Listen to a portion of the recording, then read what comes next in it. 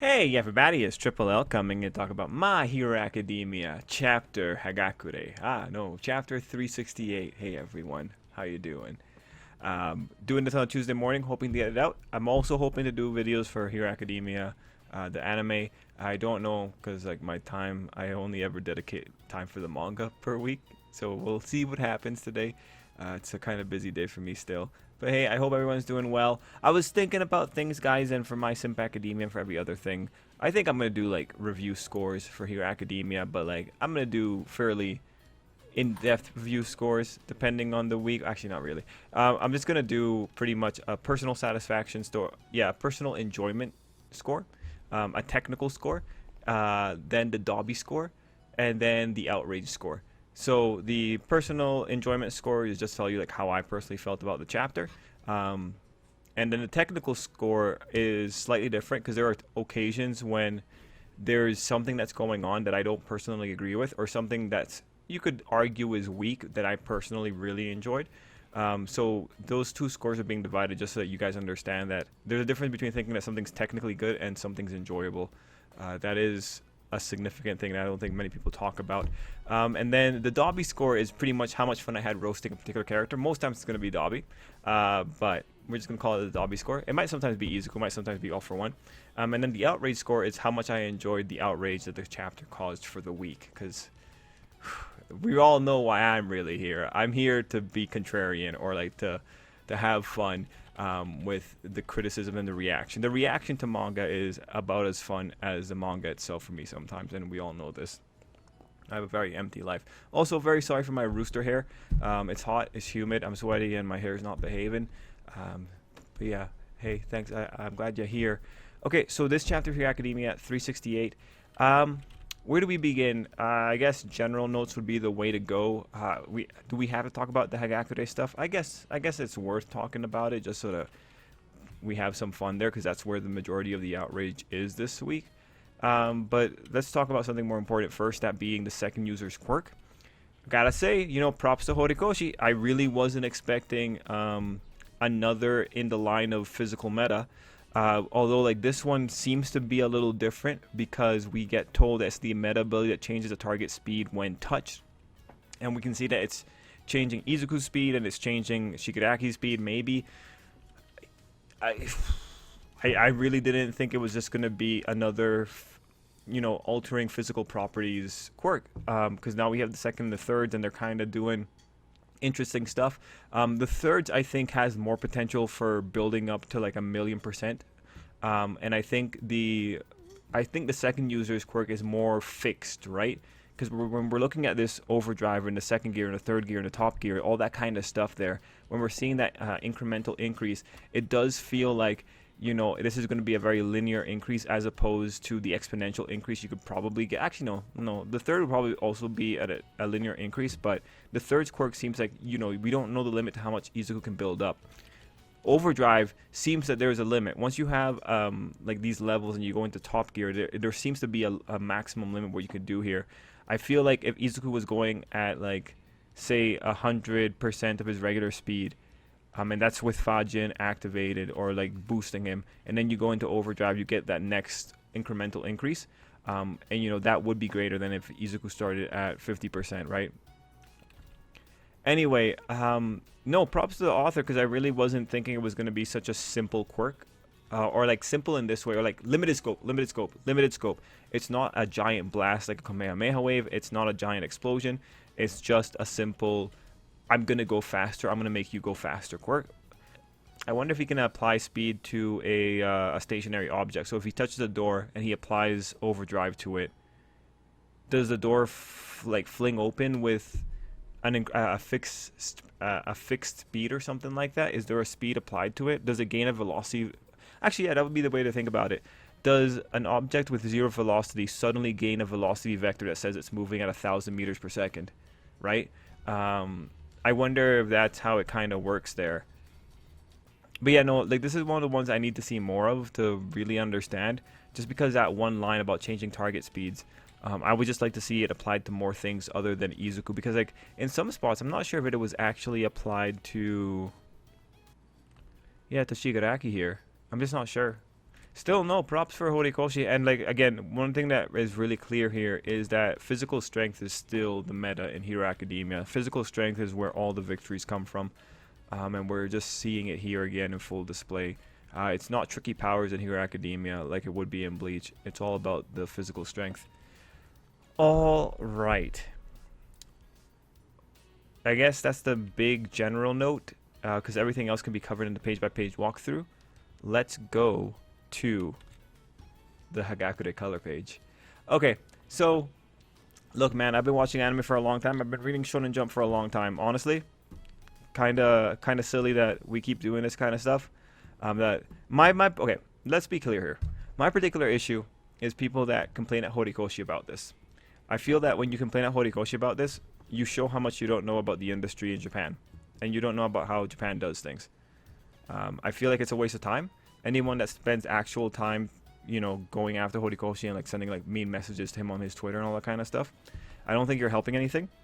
I think you're actually more likely to make it so that Shonen Jump says, "Oh yeah, just ignore the filthy American. Like, what do they know? They're not Japanese. They don't actually have much of a stake in all of this. Like, yeah, nice to have American money, but they're just American, or like they're just Westerners, right?" It's super easy to reinforce that. And when it comes to the case of Shonen Jump, like personally, if you're the kind of person that says like it should not be shown, and then you go out of your way and don't attack Horikoshi, but like you go up this chain of command and you like properly attack Shonen Jump, because they're the ones making money off of this, and they're the ones that allow this across all their series, and then you go up the scale again and you go after Japan in general, then it's like, okay, you know, like I can respect that, because like that's actually principled, right? You're going after, like, instead of doing what everyone on Twitter does and you tackle the symptoms, you're actually going for the cause, right?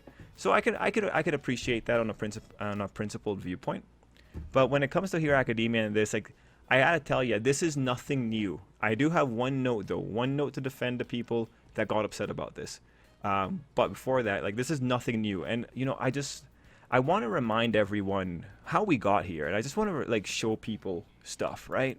Just want to like make sure people remember what kind of series we're in, right? Like, this is Kami, right? This is the anime. This is the uncensored anime version of what she was doing, or what Toga was doing in Kami's body, which in some ways is worse. And I can show it. I can show it because like the anime's already shown it, right? You know, like this is where we came from, guys. This is what Hero Academia has always been like. All right. I got more examples though. You remember the time at the hot springs? You remember this scene? Yeah. No, man. Like nothing's changed. Like if you look at this, honestly, I think like Mina's even less clothed. I think there's like a little bit less of the imagination there. Like, but that's where we came from. Oh, and you know what's actually really funny about this scene? Check out the anime's version of the scene. It's significant. Like Mina's significantly more loud and proud in that scene.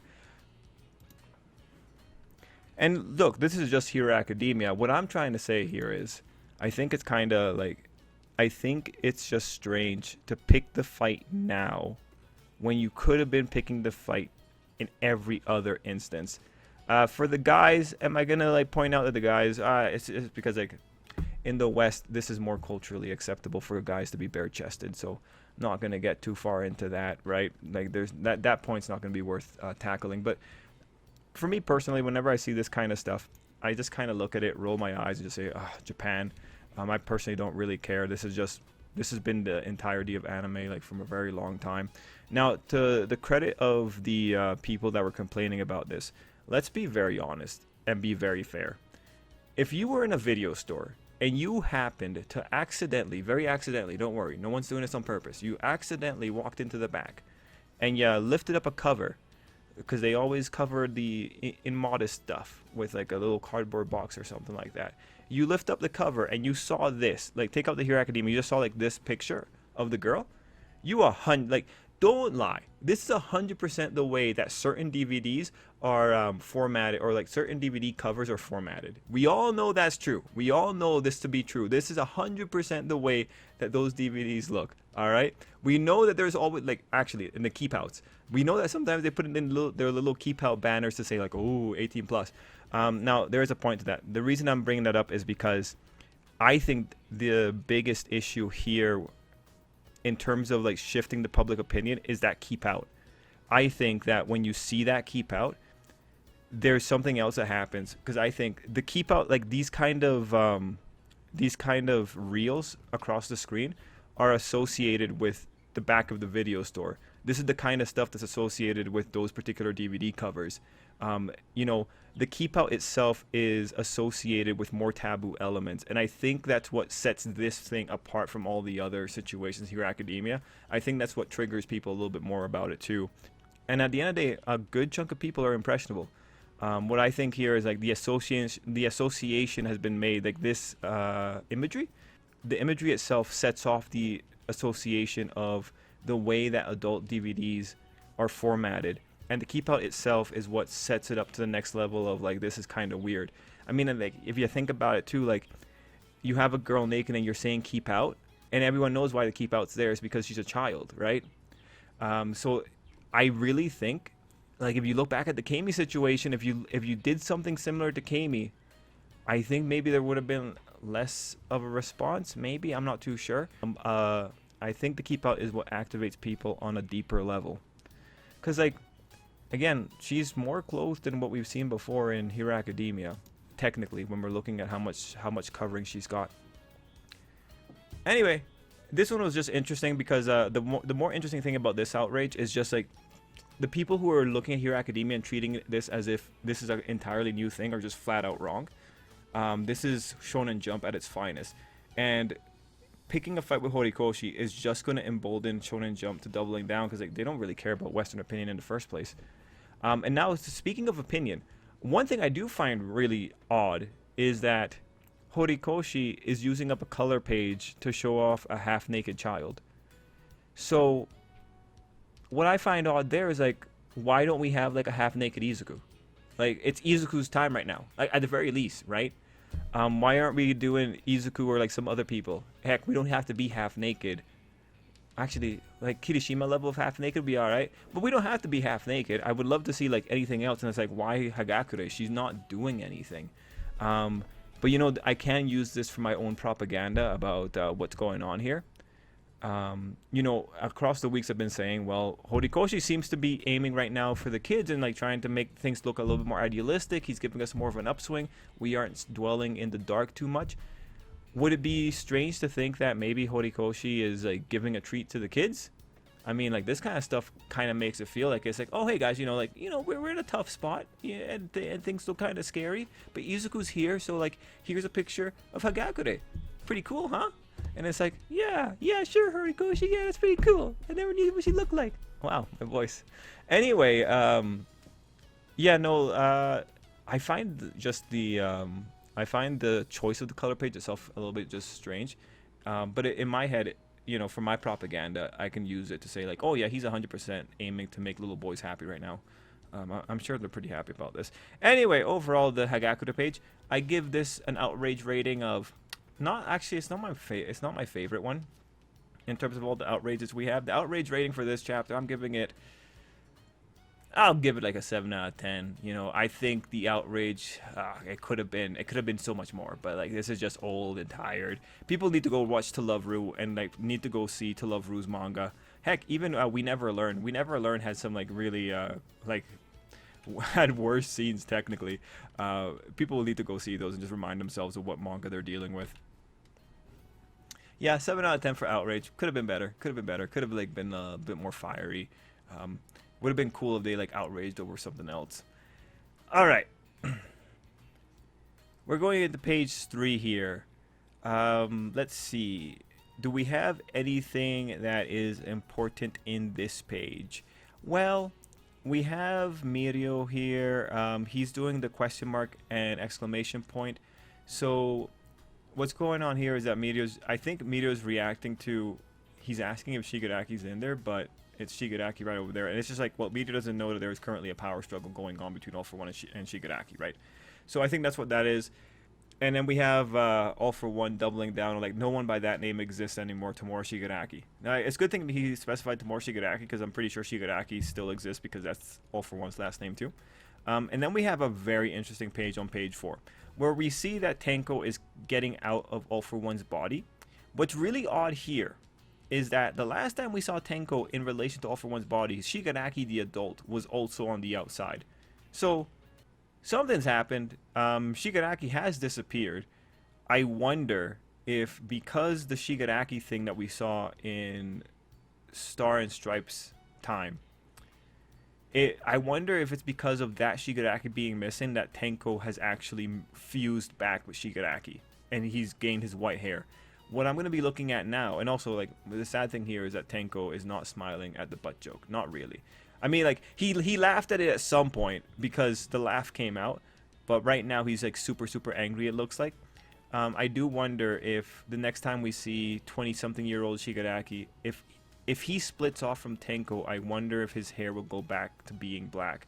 It's just because we know there's 3 people here, and right now Tenko is here and Shigaraki ain't, but Tenko's hair is white. So there might have been a merge that happened between those two. Anyway, we have the juxtaposition. 2 have achieved a perfect melding, but thankfully we have Meteor. And Meteor says that he made a rude accusation earlier. I just love that he puts rude. He says he did something rude. He said something rude to a villain. God forbid you say something rude to a villain. But okay, whatever.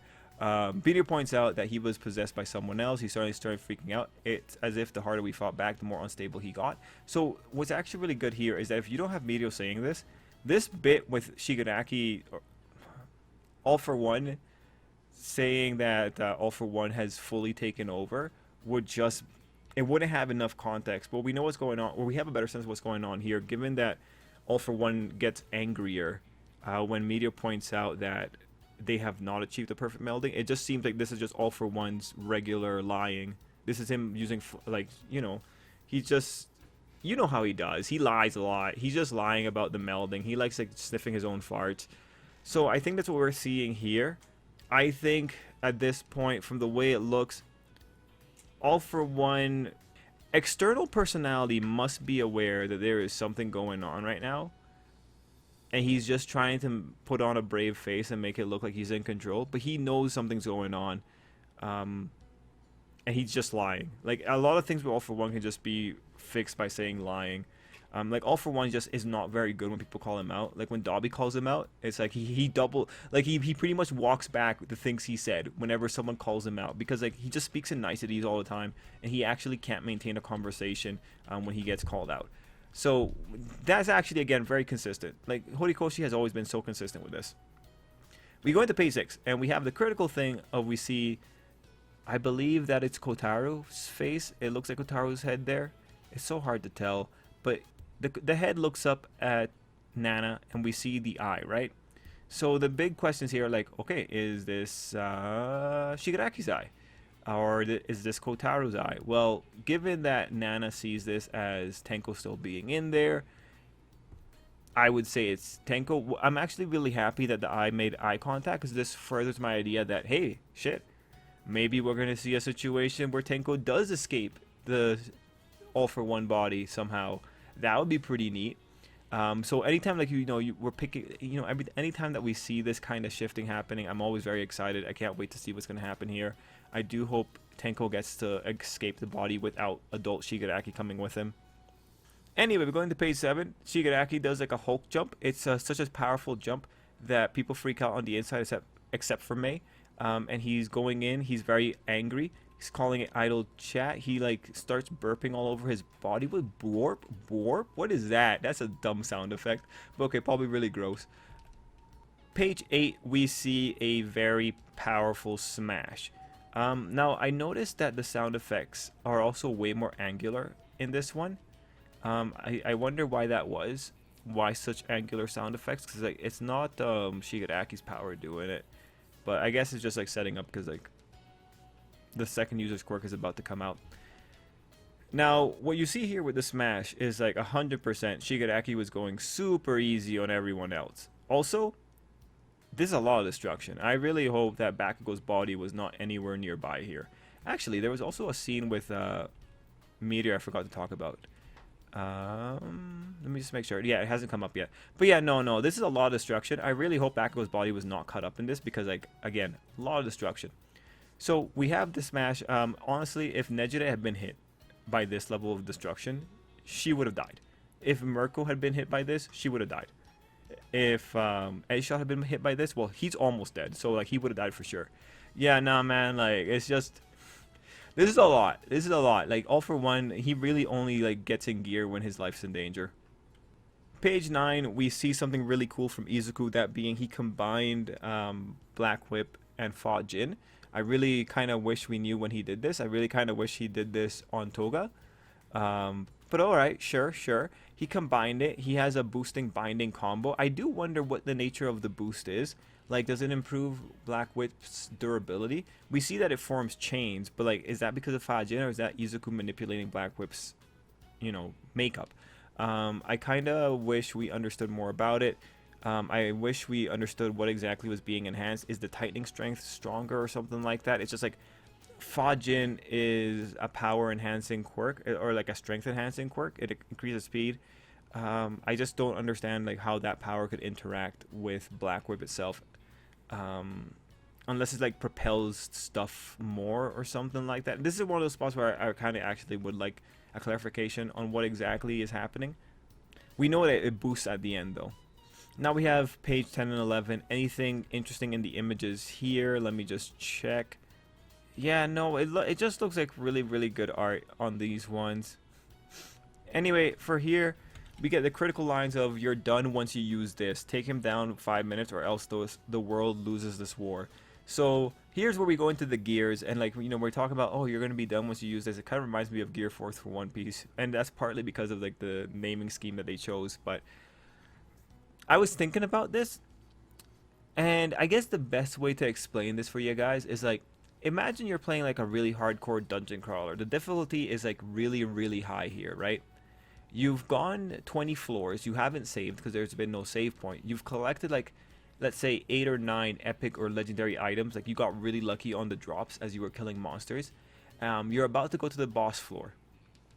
If you beat the boss, you can save properly and like get like one super cool reward because you've gone on such a good streak there, right? Now, you've never played this boss before. You don't know what it can do. You know that this boss, because the lore has said that this boss evolves and is able to get stronger. You know that's that's a thing. Now, you go into that fight and you're thinking, let me use my super move here. And like, let's say this skill or ability that you got in the game makes it so that you like start taking recoil damage, pretty much making it so that you will die by yourself in 10 turns pretty much. The question is, would you use that super move on the boss that can constantly evolve and risk losing your 8 to 9 legendary or epic items? Mind you, very selective. It's a very, very particular example, but like, it's the only way I could think of like making the analogy in terms that we could all understand here.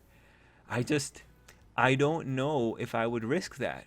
Let's say like you can only use the ability once, and once you use it, it's like it's pretty much a do or die situation. I don't know if knowing that the thing is capable of evolving and getting stronger, I don't know if I would go for the do or die special ability,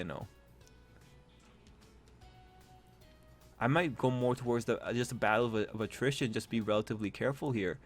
But like conversely, it's like, well, what if you are actually able to punch through it before things get like it goes into second phase, third phase, or fourth phase? What if you're able to just wipe it from 80% HP down to 0? Well, yeah, I guess. And from the second's perspective, he must be thinking like, yeah, this quirk that I haven't used since I died, I definitely know its upper limit, and I know its upper limit cannot really be countered by anything in the world here. So he like, this is kind of a calculated risk from his part. He's probably thinking like this thing is so powerful that you just can't beat it.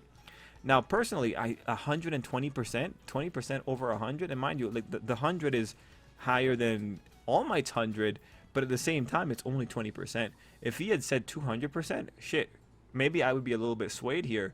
But 20% of an increase? That's not much, man. That's not much. So I don't know. Like I feel like it's a risky proposition, but I don't think I would do it myself. I think I just try and whittle him down until I can make a hole in him. Now the other big thing here is that we have the 5 minutes. And once limits get put on, things get a little bit more scary. because it's like, okay, Horikoshi, so you just introduced a tension tool. Like, we have 5 minutes between before Izuku suffers a personal defeat. The personal defeat is my power stops working and I lose the war, according to the second user. So there's two big things here. Do you think Horikoshi is going to actually end the fight at 5 minutes and give Izuku the victory at the end? Or do you think this is like, you're putting on a limit, but it's pretty clear there's going to be more beyond those 5 minutes, because I can't imagine this war ending in 5 minutes. So looking at all the things here, it's like the big thing of like, do we believe this, or do we think we're getting something beyond? Because that means Izuku's going to get to the 5 minutes, he's going to sputter out, and then something happens with Shigaraki. Now Izuku can't really fight back, and we might go into something like One Piece-esque, where they have to buy time for Izuku again to gain power. And like Bakugo is still going to have an amazing moment, because I don't think his amazing moment was the last little thing that he did that did nothing other than like make Shigaraki sweat. So, you know, when you consider that, when you consider Hawks is going to have a moment of hope as well, these 5 minutes, like, it's doomed to fail pretty much. One thing that the author could do, if he's going to continue the thing beyond these 5 minutes, the story beyond 5 minutes, is to have Shigaraki actually lose, have the main All For One body show up at this battlefield and force a second wind on Shigaraki. That would be one way to do it, but we'll have to see how he wants to deal with this, I guess. Yeah, no, man, it's really, really interesting that we're here and the second user is here as well. I hope we get to get a flashback on the second user too. But the 5 minutes is super interesting. What's clear is that Overdrive seems to have a crazy drawback, which really makes me wonder, like, what was Izuku planning to do when he was blasting over here? Was he going to use Overdrive and, like, sputter out in the middle of the ocean, or, like, on land? Like, what was he planning? We do have a map from one of the volumes of where everyone is, but I don't have it right now, so I'm not going to put it on the video. Anyway, overall, interesting. Right now, it's a tension device. We'll have to see what Horikoshi wants to do with tension. And like 5 minutes in a manga could take a very long time. You gotta keep that in mind. Anyway, we go into page 12. So I like that the motion to use transmission is kind of like you're moving your, the stick in a car. I like that. It really makes the gear transmission theme work a little bit more. Now, what exactly happens in these panels? I'm not sure. Because, like, it's just like the way that the blast effects are going. So if you go to like this panel, you don't see Izuku there, but you can see that for whatever reason there's motion. Like, whoa, what direction would that say? Like, it's okay. There's motion that came in from the side, but Shigaraki goes directly up, and then on the next page, Izuku's already right there in Shigaraki's body. From Top Gear's panel, you can see that he's still standing on the panel. So like the big question here is, when Izuku hits with second gear, was that one punch, and is that same punch in third gear? Because like his pose kind of twists a little bit. So like my big question is, like, did it go second gear, third gear, fourth gear, or top gear, or did it go second gear, third gear, fourth gear? Like, did he deliver multiple punches? It's just like, I can't tell. I really can't tell. I see the motion lines on the second gear panel. There's no motion lines really on the third gear panel for Izuku's arm. Instead, he's extending his arm, and then when he gets to the apex of his swing, it goes into top gear. But then you have the 3 pows. So 1 pow, 2 pow, 3 pow. The 3 pows would imply 3 different impacts. I honestly don't know what Horikoshi is trying to convey in this. And then you have Mirio saying the sounds are delayed. So on that point, what I can just say, the sounds are delayed, that's just like, okay, so Izuku and Shigaraki are moving faster than the speed of sound. That's actually very understandable. Like, thank you, Horikoshi, for that. But like, I can understand it because of the fact that the character is narrating it.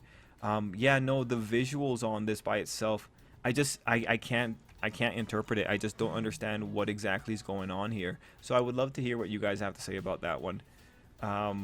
What's clear to me is that they're moving faster than the speed of sound. So they should have had a little bit of a sonic boom at some point, if that's the case. There might be a sonic boom on page 14. Shigaraki gives us more information. So if something's being applied to Shigaraki, this might be the whole thing about changing a target speed.